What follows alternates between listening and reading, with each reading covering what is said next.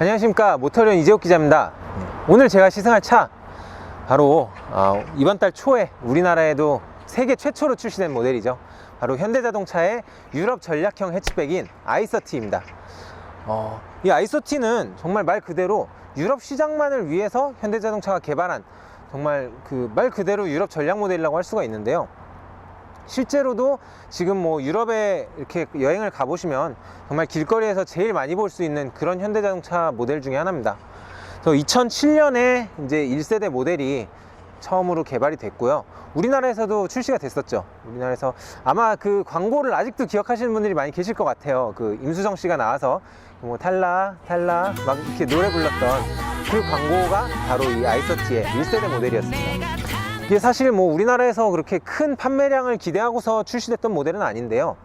이게 막상 나와 보니까 정말 굉장히 실용적인 그 해치백 구성이라든지 특별한 좀 이렇게 스페셜한 디자인, 그리고 또 굉장히 경쾌한 유럽차스러운 그런 운동 성능 때문에 우리나라에서 뜻밖의 대박을 쳤던 그런 모델이기도 합니다. 반면에 이제 1세대에 비해서 2세대의 모델은 사실 그렇게 큰 호응을 얻지는 못했었는데요. 아무래도 이제 원가 절감 때문에 토션빔으로 리어 서스펜션이 변경이 되고, 또 아반떼와의 어떤 차별화 실패, 그리고 프리미엄화를 추구를 하면서 가격이 인상된 여러 가지 이유로 인해서 좀 국내 시장에서 그렇게 반응이 좋지는 않았습니다. 그래서 이제 현대자동차도 이번에 새로 출시된 바로 이 3세대 모델만큼은 뭔가 예전 1세대처럼 다시 한번 한국의 해치백 붐을 불러일으킬 수 있는 그런 차로 선보이겠다 라고 상당히 각오를 단단히 하고서 출시된 모델입니다. 그래서 처음 출시될 때부터 슬로건이 이제 핫해치였죠.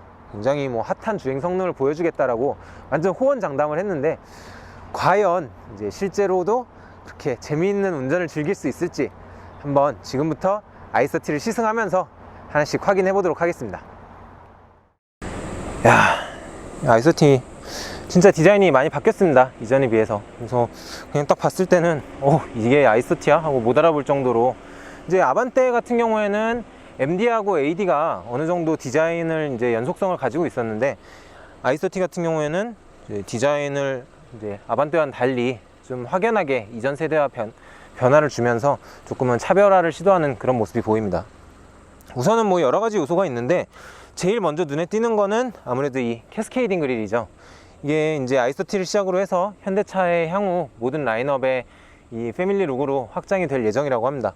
기존의 헥사고널 그릴처럼 이 육각형 프레임 구조는 똑같이 유지를 하고 있는데, 이 부분에 이제 지금 곡선을 사용하고 있습니다. 곡선을 사용하는데, 이게 용광로에서 흘러내리는 쇳물과 동양의 우리나라의 도자기의 아름다운 곡선을 형성한 거라고 하는데, 사실 잘 와닿지는 않습니다. 잘 와닿지는 않고, 다만 이제 아무래도 이 부분을 조금 좁히고, 이 윗부분을 좁히고 아랫부분을 이제 곡선 처리로 하면서 이 힘이 아래로 좀 쏠리는 듯한 그런 느낌을 주죠. 그래서 아무래도 좀 정면에서 봤을 때 조금 더 공격적이고 스타일리시한 그런 모습을 보여주고 있습니다. 이런 데 디테일도 굉장히 좋고요. 보시면은 지금 시승차는 풀옵션 차량이라서 헤드라이트는 풀 LED 타입이 적용이 되고요. 이쪽 바깥쪽 두 개가 이제 하향등이고, 이쪽 안쪽에가 상향등입니다. 하고 여기 이제 LED 주간주행등이 들어가고, 또 LED 주간주행등 말고 방향지시등도 이쪽에 함께 장착이 되고 있어요. 이쪽에 에어덕트는 이제 앞바퀴에 에어 커튼을 쳐주기 위한 용도고요. 자, 이 전체적으로 봤을 때 기존하고 이제 비례해서 변화가 많이 컸는데요. 전장이 일단 40mm가 늘어났고요. 40mm가 늘어나서 4340mm가 됐고요. 전 폭도 15mm 늘어났습니다. 폭이 굉장히 넓어져서 아무래도 길어지고 넓어지니까 조금 이제 차가 비둔해질 수도 있는데, 오히려 전고는 또 15mm가 내려갔어요. 전고가 내려가면서 상당히 조금 스포티한 전체적인 비례가, 또 이 후드 부분이 25mm가 늘어났죠. 그래서 좀 이렇게 무게중심이 이 차의 앞쪽으로 많이 쏠려 있어서 차가 이렇게 가만히 정차를 해 있어도 뭔가 좀 돌격한 듯한 그런 분위기를 지금 풍기고 있습니다. 그래서 무게중심 앞으로 쏠려 있는 이런 모습은 참신한 것 같아요. 기존의 아반떼나 아니면은 다른 현대차하고 비교를 했을 때 조금 뭔가 앞으로 나아갈 방향을, 현재 패밀리룩을 따르는 게 아니라 좀 미래적인 그런 디자인을 보여주고 있는 것 같습니다.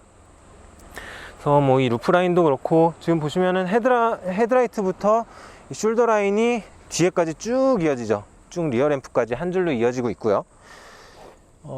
타이어는 한국 타이어 S1 노블 2가 장착이 되고 있습니다. 지금 시승차가 1.6 스포츠인데 기왕이면은 조금 더 스포티한 타이어가 들어가 좋지 않았을까 하는 아쉬움도 있네요. 자, 뒤쪽을 한번 보시죠. 뒤쪽을 보시면 테일 램프가 이전 세대와 마찬가지로 가로형 디자인을 하고 있고, 이게 저는 개인적으로 이 뒷모습을 딱 봤을 때, 이거 그 BMW 1 시리즈하고 조금 닮은 것 같은데? 라는 생각이 들거든요. 그 페이스리프트 된 1 시리즈하고 뭔가 이 라이트 배치라든지 전체적인 비례감이 조금 비슷한 느낌을 받았습니다. 사실 1세대 i30 같은 경우에도 당시에 나왔던 1세대 BMW 1 시리즈하고 뭔가 비슷한 부분이 많았어요. 이 트렁크 라인이 여기서 뭐 두 번 접히면서 이 헤드라이트가 이렇게 딱 여기 위치한 그런 게 1 시리즈하고 뭔가 비슷하다는 생각을 많이 했는데, 개인적으로는 i30가 상당히 그 BMW의 디자인을 조금 의식하는 부분이 있지 않나 라는 생각이 들고요. 지금 1.6 터보기 때문에 듀얼 머플러가 장착이 되고, 리플렉터가 이제 범퍼 하단에 보통 들어가는데, 지금 보시면 이 범퍼 상단에 여기 위치를 하고 있죠. 트렁크 딱 경계선에 위치를 하는데, 이게 또 리플렉터가 좀 위로 올라오면은 아무래도 좀 스포티한 분위기를 풍기는 그런 게 있습니다. 그래서 BMW도 이제 M 스포츠 패키지가 적용된 그 차들은 다들 이 리플렉터가 범퍼 상단에 위치하고 있죠. 그래서 굉장히 이 i30의 디자인을 전체적으로 살펴봤을 때 조금 이제 디자인만으로도 우리가 굉장히 운전이 재미있고 스포티한 차다, 그런 부분을 많이 어필하려고 노력을 한 그런 흔적들이 많이 보이고 있습니다. 자, 실내를 한번 봅시다. 실내가 굉장히 스포티한 그런 느낌을 많이 주고 있어요. 우선 시트 디자인이 상당히 이 부분에 이 볼스터도 굉장히 두툼하고요. 이런 레드 스티치도 지금 이 모델이 1.6 스포츠 풀옵션인데 레드 스티치가 이렇게 들어가 있고, 재질감도 굉장히 보들보들하고 좋은 것 같으네요. 한번 앉아 보겠습니다. 우선은 스티어링 휠이 딱 눈에 들어오는데요. 스티어링 휠이 이전에 아반떼 스포츠나 아이오닉에서 선보였던 그런 디컷 스타일하고 거의 비슷하게 생겼는데, 디컷은 아니고요. 라운드형이지만 이 밑에 이제 빨간색으로 이렇게 포인트도 들어가 있죠. 라운드형이지만 이 윗부분에 이 버튼하고 이 부분 디자인은 거의 동일하게 되어 있습니다. 그래서 이 부분은 이제 스포츠 모델 같은 경우는 타공 가죽이 적용이 되고 있고요. 이렇게 보시면은 이 부분에 에어벤트도 빨간색으로, 이게 아이오닉하고 비슷하게 생겼는데 아이오닉은 이제 파란색이 들어갔었죠. 하고 한번 안쪽을 보시죠. 지금 센터페시아 디자인이 이번에 굉장히 또 말이 많았어요. 이게 왜냐면은 일단 i30가 뭐 방금 전에 외부도 보셨지만 이게 굉장히 새로운 디자인적 요소들이 많이 들어가 있습니다. 이전에 현대차에서 볼 수 없었던 부분들이 많이 있는데, 우선 이거 굉장히 특이하죠. 마치 그 메르세데스 벤츠가 지금 그 태블릿 형태의 그런 디스플레이를 계속 적용을 하고 있는데, 이걸 따라하는 건가 싶을 정도로 이 부분에 이제 디스플레이가 위쪽으로 아예 돌출이 된 그런 모양으로 바뀌었습니다. 여기에 이제 이 조작할 수 있는 미디어 관련된 조작 기능들이나 내비게이션 버튼들은 다 이쪽으로 올라왔고요. 공조 장치는 이 하단에 이렇게 따로 별도의 디스플레이가 마련이 되어 있습니다. 지금 이 모델은 통풍 3단, 열선 3단 하고 스티어링, 열선 스티어링 버튼도 여기 있고요. 드라이브 모드 셀렉터도 여기 있네요. 시프트 노브도 스포츠 전용이라고 하는데 예쁜 것 같습니다. 이 부분에도 스티치가 들어가 있고, 굉장히 곳곳에 지금 이 빨간색 포인트를 많이 넣어주고 있죠. 이거 보시면은 안전벨트도 지금 이렇게 빨간색이 들어가 있어서 이런 디테일로 좀 스포티한 분위기를 살려주는 거는 좋은 것 같습니다. 다만 이제 좀 아쉬운 부분이, 아무래도 이 전륜구동 해치백이라고 하면 뭔가 이렇게 샥샥 돌아나가는 그 스핀턴 막 이런 거를 또 떠올리기 마련인데, 지금 전 모델에 그 튜너 패키지를 제외한 전 트림에 전자식 파킹 브레이크가 기본으로 장착이 되고 있거든요. 땡기는 맛이 좀 있어야 되는데, 그죠? 실내 공간은 일단 휠 베이스가 2650mm예요. 그래서 아반떼가 지금 2700mm죠. 아반떼보다는 조금 좁습니다. 아무래도 1열은 그렇다 치는데 뒷좌석 공간이 지금 그렇게 넓은 편은 아닙니다. 뒷좌석 공간은 그렇게 넉넉하지는 않고, 휠베이스가 이전 모델에 비해서 전장은 많이 늘어났는데 휠베이스는 거의 늘어나지 않아서 이것도 같이 조금 늘려줬으면 좋지 않았을까, 좀 그런 생각도 듭니다. 네. 아이오닉이나 니로 같은 그런 같은 플랫폼을 사용하고 있는 모델들이 대부분 지금 2700mm로 늘어나 있는 상태죠. 하지만 해치백이기 때문에 트렁크 공간 활용이라든지 그런 부분에 있어서는 크게 불편함은 없을 것 같습니다. 트렁크는 기본 용량이 이전보다 조금 늘어나서 395L로 늘어났고요. 6대4 폴딩을 지원하기 때문에 실내에서 그렇게 답답한 건 없을 것 같습니다. 파노라마 썬루프도 좀 적용이 되어 있죠. 이 소재감 같은 게 아반떼에 비해서 아이소티가 원래 전통적으로 조금 더 좋은 소재도 사용하고 아무래도 프리미엄을 지향하고 있는데, 이런 부분도 다 연질로 처리가 되고 이런 거는 좋은 것 같아요. 하고 운전석에는 2단 메모리 시트가 장착이 되어 있고, 지금 이 시승차는 운전석은 전동식이고 동승석 같은 경우에는 이제 수동식 시트 조절 장치를 장착을 하고 있습니다. 또 볼만한 게, 자, 여기를 열어보시면은 이 안에는 이제 USB하고 옥스 단자 하고 시거잭이 있고요. 여기 이제 무선 충전 패드죠. 그래서 제 스마트폰을 이렇게 올려두면, 올려놓으면 바로 이렇게 충전이 진행이 됩니다. 어디 보자. 요 락 버튼도 일로 옮겨왔네요.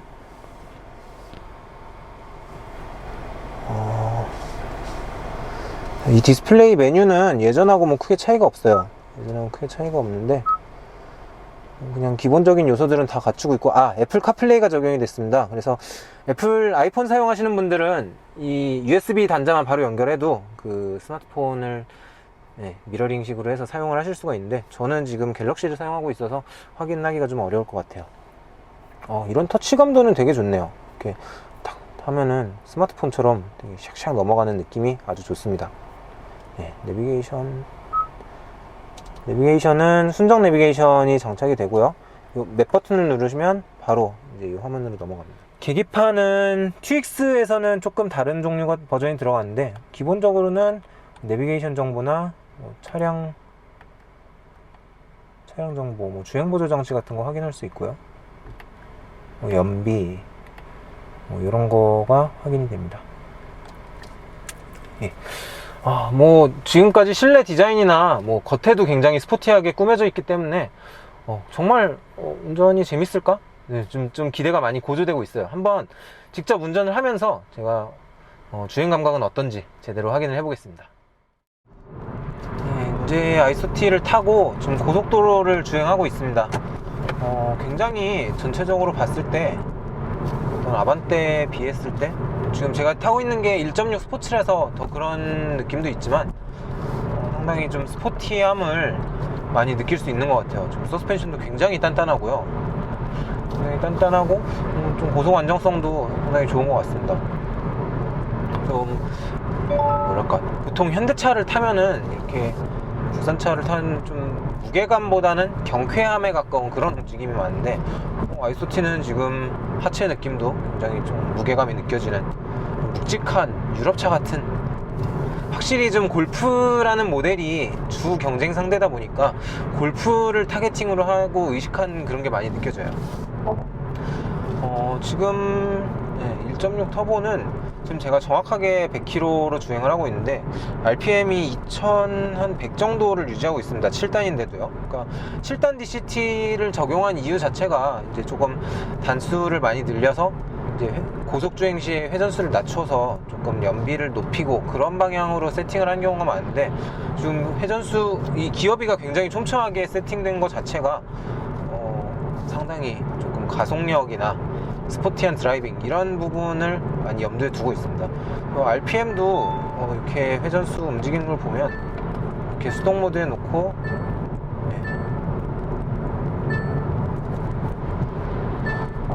수동 모드에 놓고 단수를 이렇게 하나씩 내려봐도 좀 굉장히 민첩하게 움직이죠.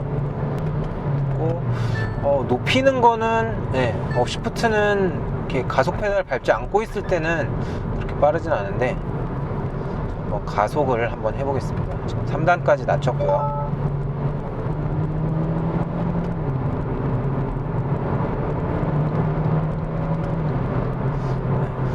가속할 때 사운드는 일단 굉장히 좋아요. 사운드는 굉장히 좋은데 어떤 가속감이 막 그렇게 드라마틱한가? 뭐 그런 생각은 많이 들진 않는 것 같습니다.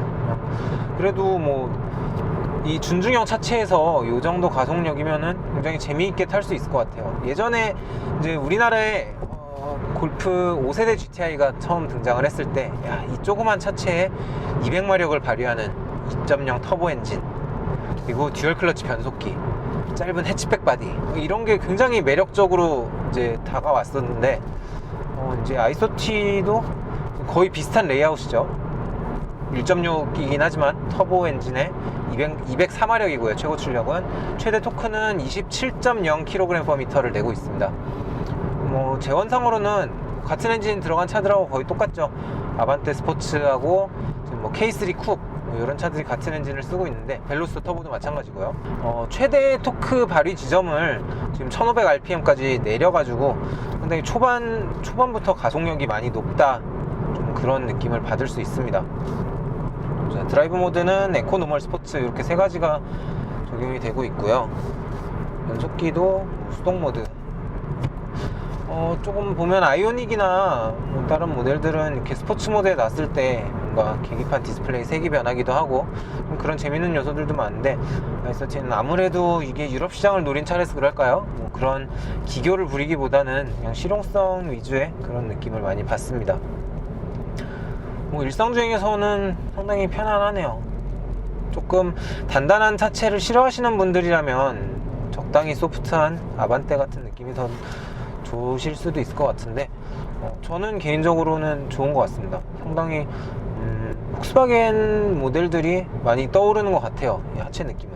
주행 보조 장치로는 우선 뭐 후측 방향 경고, 사각지대 경고 장치죠. BSD가 들어가 있고, 지금 출시되는 모델에서는 선택할 수가 없는데, 올해 말쯤에 긴급제동 AEB하고 차선 유지 보조, 엘카스, 그리고 스마트 크루즈 컨트롤, 이렇게 세 가지가 들어간 그런 이제 패키지가 또 추가가 된다고 합니다. 그래서 아무래도 그 주행 보조 패키지가 추가가 되면은 가격은 더 인상이 되겠죠.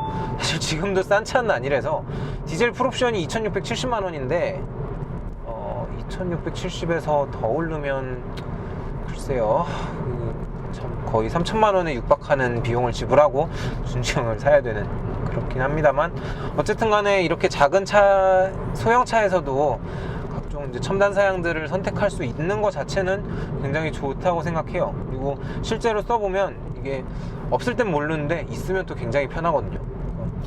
좀 앞으로 많은 모델들에 이게 확대 적용이 됐으면 하는 바람이 있습니다. 네, 지금 와인딩 코스에 진입을 했습니다.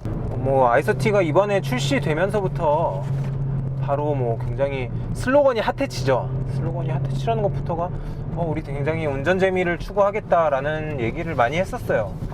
그 광고를 통해서도 그렇고, 실제로 신차 발표회에서도 BMW M 출신이신 그 마이클 비어만 부사장이 직접 나와서 프레젠테이션도 하시고, 그리고 좀 아무래도 아반떼는 조금 보수적인 모델로 좀 무난하게 탈 수 있는 차로 어필을 하는 반면에, 아이서티는 국내 시장 같은 경우에는 다소 좀 스포티한 그런 모델로 방향을 잡은 것 같습니다. 그래서 지금 타보시면은 이런 차의 운동성이나 이런 거는 굉장히 경쾌하게 돌아 나가고 있습니다.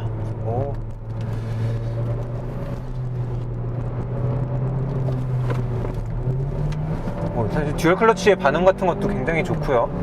듀얼 클러치는 뭐 앞서서 출시됐던 아반떼 스포츠에서도 상당히 그 움직임이 좋았죠. 업시프트도 비교적 빠른 편이고, 다운시프트도 이전의 현대차의 DCT들에 비해서 상당히 적극적으로 이제 회전수를 보상해주는 그런 모습을 볼 수가 있습니다. 지금 와인딩 로드에서도 차체 거동이, 특히나 이제 해치백 같은 경우에는 뒤쪽에 무게중심이 앞쪽에 많이 쏠려 있다 보니까 조금 이제 뒷바퀴의 추종성, 이런 부분이 많이 좋거든요. 또 아이서티가 이번에 신형으로 바뀌면서 가장 또 강조하는 부분 중에 하나가 리어 서스펜션이 2세대에서 토션빔으로 바뀌었다가 이번에 다시 멀티링크 타입으로 변경이 됐습니다. 이 토션빔이 꼭 나쁜 건 아니에요. 뭐 우리나라에서 하도 토션빔이 안 좋다 하는 그런 얘기가 많이 도는데, 토션빔 자체가 나쁜 것보다는 세팅이 아무래도 중요하겠죠.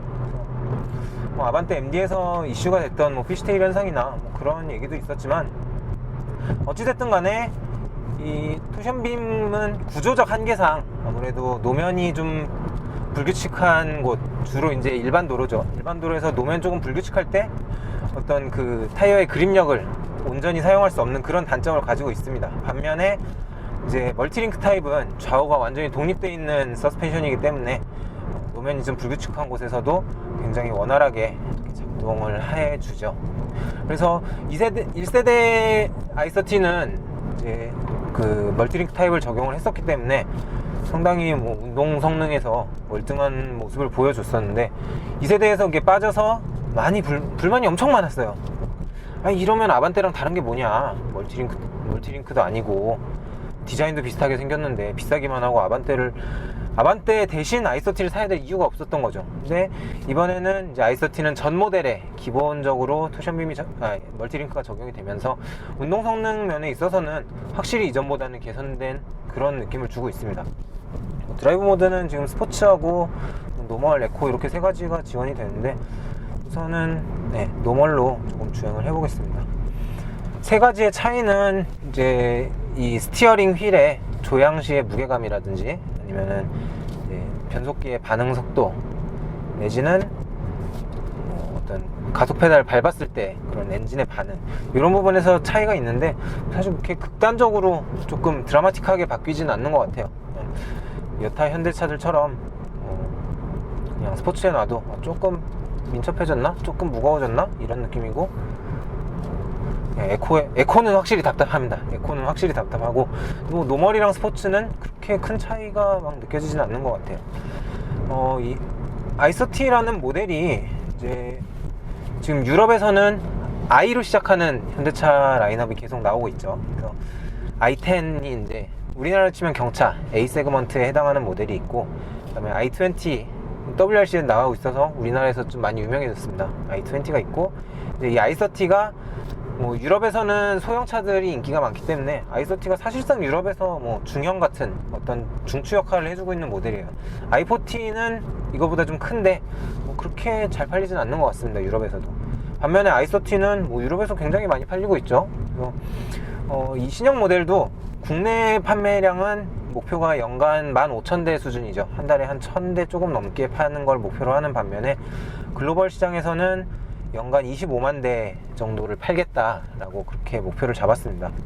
그만큼 이제 유럽 시장에서의 판매를 많이 염두에 두고 있는 모델이고, 그렇기 때문에 이제 아반떼하고 비교를 했을 때는 상당히 이번 세대에 들어서는 패키징의 차별화가 굉장히 부각이 되고 있어요. 아반떼는 기본 모델에 1.6 GDI 가솔린이 들어가고요, 자연흡기 엔진이. 거기에 변속기도 토크 컨버터 6단이 들어가죠.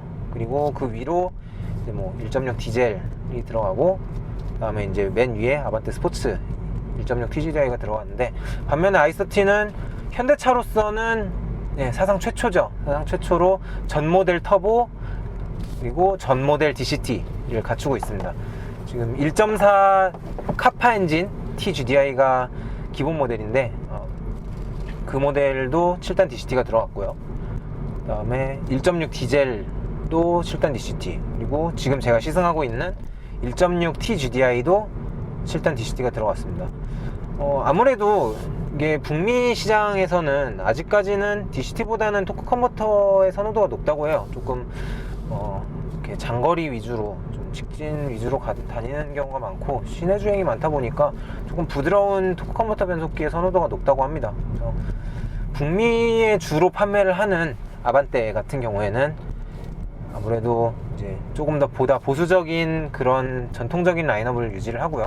국내 시장도 마찬가지죠. 국내 시장도 이제 세단형을 선호하는 보수적인 소비자들을 상대로는 조금 이제 부드러움이나 어떤 실용성, 이런 딱 적당한 출력, 이런 거를 강조하는 1.6 GDI와 토크 컨버터가 메인으로 자리를 잡은 반면에 이제 유럽 시장에서는 뭐 듀얼 클러치도 인기가 많고 지금 다운사이징도 굉장히 적극적으로 이루어지고 있죠, 유럽 시장에선. 그러다 보니까 그런 부분을 아이서티에 반영을 함으로써 확실하게 아반떼와는 좀 다른 소비자를 노리겠다, 이런 심산으로 보입니다. 2세대 아이서티가 실패를 했던 큰 이유 중에 하나도 아무래도 아반떼하고의 그런 차별화의 실패 요인이 굉장히 크거든요. 2세대를 보시면 아반떼 MD나 당시에 아이서티나 둘 다 1.6 GDI가 기본이었고 그 다음에 1.6 디젤이 들어가고 라인업이 완전히 똑같았어요. 나중에 나온 2.0 디스펙이라는 모델이 있었는데 그건 사실 많이 팔릴 차는 아니었기 때문에, 그래서 전체적인 라인업 구성이 굉장히 똑같고 다만 거기서 아이서티를 이제 뭐 프리미엄 모델이다 이렇게 밀면서 이제 가격만 올랐죠. 가격만 올라서 아니 비싸기만 하고 아반떼랑 똑같이 생겼는데 엔진도 똑같은데 왜 아이서티를 사야 하나, 이런 의문을 많이 가졌을 것 같습니다. 반면에 이제 이번 신형 아이서티는 아반떼와는 확실히 다른 보다 유러피안 감성을 추구를 하는 그런 패키징을 보이고 있습니다. 가격대가 이제 1910만원에서 시작을 해서 한 2600만원대까지 올라가는데요, 풀옵션 모델 같은 경우는 1900만원짜리가 1.4 터보에 들어가는 튜너 패키지라는 트림이죠. 뭐 불필요한 옵션들을 다 제거를 하고 이름이 튜너 패키지인 것처럼 아예 조금 뭐 튜닝을 할 수 있도록 딱 본질, 달리기의 본질만 갖춘 그런 모델이다 라고 어필을 하고 있는데 글쎄요, 그게 의미가 있을까요? 아이서티에서 뭐 아이서티라는 차 자체가 한국 시장에서는 조금 더 아반떼보다는 프리미엄한 소비자를 대상으로 하는 모델이고 또 그 튜너 패키지가 1.6도 아니고 1.4 터보에서 운영이 되고 있어서 이건 뭐 그렇게 빠르지도 않고 수동도 없고, 수동이기라도 하면은 차라리 말을 않겠는데 수동도 없고, 그래서 그 트림이 사실 뭐 최저가 뭐 1000만원대에 들어온 아이서티 그거 이상으로 크게 의미를 갖는지에 대해서는 저는 약간 회의적입니다. 뭐 어찌됐든 이게 가격이 또 많이 비싸기 때문에 아반떼하고 비교를 했을 때 차라리 좀 아이서티를 스포츠 모델로 이렇게 밀 거였으면 아반떼 스포츠가 나올 게 아니라 아이서티에만 1.6 터보를 운영한다든지 그런 식으로 전략을 짰으면 어떨까 하는 그런 아쉬움도 많이 남습니다. 뭔가 또 연간 판매 목표가 15,000대라고 하는데 차의 완성도와는 별개로 그 목표를 달성하는 게 쉬울지는 잘 모르겠어요. 지금까지 현대차의 신형 아이서티를 시승해봤습니다. 굉장히 재밌게 탔어요. 짧은 시간이긴 했지만 현대자동차가 아무래도 아반떼보다는 디자인으로 보나 아니면은 어떤 패키징이나 전체적인 퍼포먼스로 보나 보다 더 스포티하고 재미있는 차를 만들기 위해서 많이 고민하고 노력한 그런 흔적들이 많이 보입니다. 다만 아쉬운 점은 이제 가격대가 확실히 조금 비싸기 때문에 나는 조금 더 추가 비용을 지불하더라도 더 개성 있는 그런 차를 원한다, 내지는 뭐 이런 유러피안 스타일의 해치백을 갖고 싶다, 이런 분들에게는 굉장히 좋은 선택지가 될 수 있을 것 같습니다. 사실 아이서티라는 모델 자체가 국내에서의 판매보다도 세계 시장에서의 활약이 더 기대가 되죠. 연간 판매 목표를 25만 대로 잡았는데 과연 이제 이 해치백의 본고장이라고 할 수 있는 유럽 시장에서 그만큼 성공적인 그 판매를 이뤄낼 수 있을 것인지, 그런 부분에 더 귀추가 주목됩니다.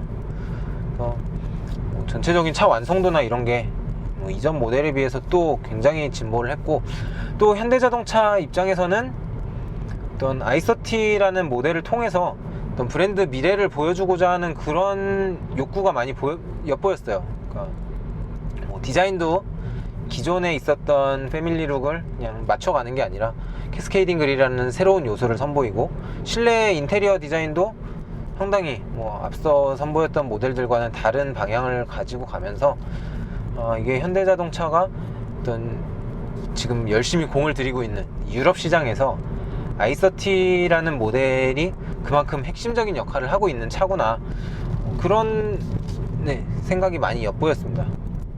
그래서 뭐 앞으로 얼마나 더 활약할 수 있을지 참 궁금한 그런 차인 것 같습니다. 지금까지 i30 영상 시승이었고요. 다음번에도 더욱더 재밌는 차와 함께 여러분 찾아뵙겠습니다. 저는 모터리언의 이재욱 기자였습니다. 감사합니다.